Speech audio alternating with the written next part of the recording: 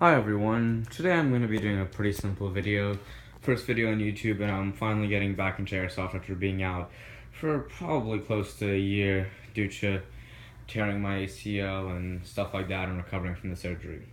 Now, I wouldn't say I have necessarily a big collection and not a very high-end loadout, but I plan to improve, and I just want to get a first video out there to start and kind of see where it goes along the lines. I plan to make quite a few more videos of in combat, a lot of CQB, some forest play, and some unboxings and reviews of the guns I have and plan to get in the next coming months. So let's begin with my loadout and gear. So I run pretty basic loadout. I normally try to keep it really clean and tight to me. I play mostly CQB, so I don't need a lot of room, and I just want to be able to move quickly and not have a lot of stuff hanging everywhere. But if I do ever need the room for extra capacity magazines and stuff along that lines, I do have it with this loadout. This is just a Matrix Tactical. I forgot the name of the vest, but it's pretty much the basic plate carrier. I run GMP mid caps in pretty much every one of my guns, and I normally don't run even this many. I normally take them off, but if I ever need to, I have 6 mags here. Normally I do run 8, but sometimes if I don't need to, I just have an extra walk-in here as my extra mag pouch. I do have an extra pistol mag. When I go out, I do have one along on my holster as well, but if I need one, I do have an extra mag in the vest itself. Nothing too special. I have a Sharpie, carabiner, and for here I have a little switchblade. Don't really use it, but if you ever need to. And for good luck, I have some people call me a little weird with the shift knob off my first car, so always fun to have stuff like that. Most of my guns are either AEGs or gas guns. Remember when I started, I was playing with spring shotguns and stuff from other hobby stores, but I've definitely improved a lot along those lines. Here, basic M4 magazine style speed loader, extra walkie, propane. I have about 4 more of those little things because green gas is expensive and a pain in the ass to ship. So as long as you run propane and use the correct lube it up and oil, it's pretty much the same thing and you're running the same power. Leg holster, again, I try to keep a lot of stuff off my body, and this is just a nice little cheap leg holster that I used to run whichever pistol I'm running that day. Like I said, normally I do run high caps, but I do have a few mid caps. This came with one of my guns from Evike. I got 2 Valken high caps. They're nice, they definitely look good. A lot of my guns are black, so it's nice to set them apart. And this was a GNG, I think a 450 round high cap. Is that what it was? Yes, the GNG Armament 450 round high cap, which I never ever even used, but it's nice to have, I guess. And just another, I want to say, yeah, Black River International high cap. This came with one of my Black Ops guns, which I'll go over in a minute. Pistols, I have quite a few, and spare mag for this is technically an Elite Force mag, but it was relicensed. I'm blanking about the name, but it's a CO2 1911. Lately, it's what I've been using a lot because much as I like using propane, it's a really nice gun, and CO2 is fun to mess around with. I did have 3 of these mags, but I ended up losing one on the field, and what sucks, these are really expensive and hard to come by, so I'll just run with 2 until I get my new pistol. WeTech F226 mag, which is a 6-hour P226, but licensing issues, and I've had my fair share of WeTech pistols, and to be completely honest, most of them are crap, mainly because of the mags. They're always leaking, and even this one, which is what I was running, I had 3. Only one works right now. These 2 are both leaking. This one's leaking really bad. I taped it up hoping it would help, but I should have realized it didn't do much. So I'm going to either return these mags or just get new ones, because I do like using the gun. It's nice to use, but the crappy mags are definitely a big drawback. Typical charger. Nothing special. Smart chargers, always use them. You never want to use what you get out of a box, because most guns do not come with chargers, and if they do, they're pretty crappy. 9.6 volt nunchuck battery. Don't really use it. It came with a D-Boys M4, and I generally recommend against using batteries that come with guns, especially lower end companies like D-Boys. And that gun ended up crapping out after about a month of use, so it just kind of shows you. This kind of generic hard case that I use, wasn't too expensive. It does its job right, and it's looks good, so it's nice to have, and especially when I'm transporting guns, it's nice to have. So that's kind of what I use for gear. Sometimes I don't even run the vest and just run a shirt and a belt, but for the most part, this is what I'm running. Now, on to the guns. Let's start off with some of the older. This was probably my first gas airsoft gun or pistol. It was the Black Ops 1911. That was CO2. I'm pretty sure these are based off WeTech High Kappas or something along those lines.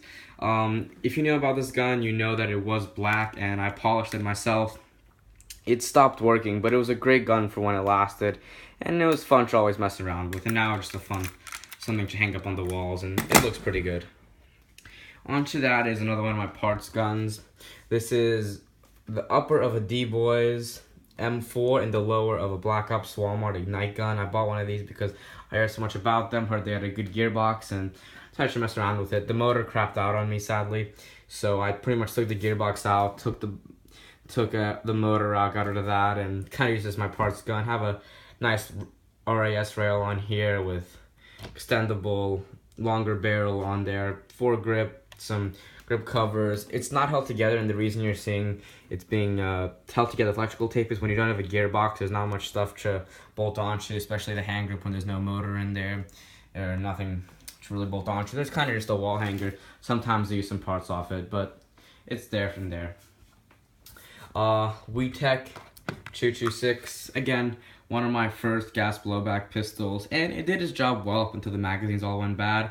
It's a fun gun to shoot, definitely has a good recoil amount, and it definitely really looks good. And for the price at the time, which I believe I paid $80 for this gun new off e-bike, and the way it was sold, it was the upper and lower. I'm guessing that was to copyright issues and licensing issues, they couldn't get this SIG. So it's called the F226, being modeled after, of course, 6 Hour 226. Next gun, pretty simple. Fun to mess around with. UHC green gas Python. Really awful during a game or a skirmish, but it's fun to mess around with at home. It has real shells. I have about 10 of the shells lying around somewhere. It does leak sometimes pretty badly, but when it doesn't leak, it's fun to mess around with. It's probably 200 FPS with .25s, maybe even less, so you can mess around with it, shoot people. Of course, never shoot people in the face or they don't want to be shot, but you know, it's always fun to have that to mess around with.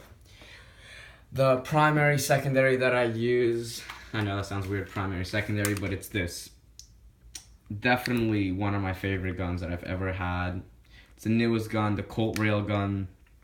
Definitely a very cool piece. Heavy, very good construction, really built well, looks great. I want to get rid of these plastic grips and put on some real wood grips, but it's definitely one of the nicest guns I have, and it shoots great. CO2, lots of kick, and it just one of the best looking guns, and it really performs. Very accurate. I have an upgraded barrel in there, and it's just a great gun. Too bad the mags are so expensive, and it's CO2, which isn't my preferred choice. I'll put that right down. It's a bit of a hassle to get back up. Now on to the primary weapon that I use, which is a GNG M4. This is not a combat machine. This is on their higher end level. It's the full metal or full steel metal M4. It has the mag pull look-alike furniture, which is, it looks good, but I definitely want to eventually change it out to real mag pull. I just need to find the handguard that's this length, not the regular mag pull length.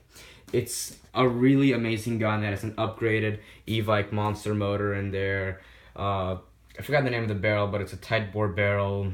It's shimmed, has some nice iron sights on there, nice holographic sight, old laser, real Magpul AFG, and some, I believe they're UTG grip covers. I need to get a new flash hider right now, just electrical tape over the orange. I know most people say keep the orange on, but these guns have been hanging, so I've been trying to keep them to look good.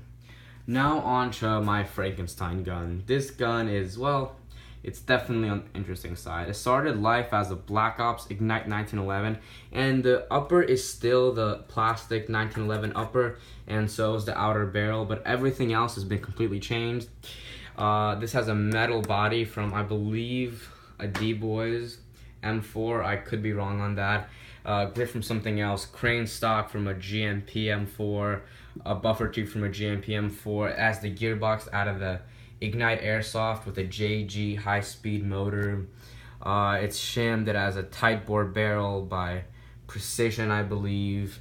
It's a really accurate gun and it shoots hard, probably around 380 FPS with .25s, and when you're running .2s, probably over 420. It's definitely a cool gun and it shoots nice. I'm always still not a fan of the plastic upper, but it makes it pretty light, so it's easy to run around with. Real Magpul furniture, which doesn't fit the best, especially with a 9.6 in there. It's a little tight, which is what I run on all my guns that are, except this. This runs, I forgot to mention, a LiPo battery in it. But this is definitely a cool gun. It's kind of what I give out to my friends if they're coming, but you know, still something that's nice and you don't want to see damaged. Has a longer barrel in it with an extension, an NC Star red dot sight, which is nice for the price I paid for it, but nothing to write home about. Up there, I wouldn't even really call it an airsoft gun. It's a pellet gun that I just keep up there. It's a Gamo 177 air rifle, and it's cool to mess around with, but that's it, guys. Nothing special, but it's still what I would call a pretty nice collection. Gets the job done, and I enjoy it. I'm definitely going to be upgrading soon to a lot better guns, and I plan to get some gas blowback rifles, because that's really what I like using. I'm also planning to buy the E-Vike 4th of July mystery box, so keep an eye out for that on my channel coming up.